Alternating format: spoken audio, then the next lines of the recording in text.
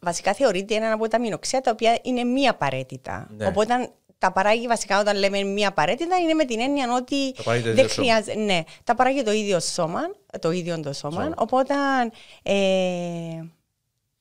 είναι άφθονο στον οργανισμό η γλουταμίνη. Δηλαδή, αν είσαι 70 κιλά, για παράδειγμα, τότε θεωρητικά στο σώμα σου υπάρχουν 70 με 80 γραμμάρια γλουταμίνης.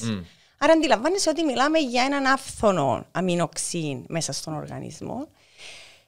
Θεωρείται το καύσιμο για το νοσοποιητικό σύστημα και θα μπορούσε κάποιος να το παραλληλήσει με τον ίδιο μηχανισμό που το χρησιμοποιεί ο οργανισμός τη γλυκόζη. Οπότε θα μπορούσες να το παραλληλήσεις με αυτό. Ναι.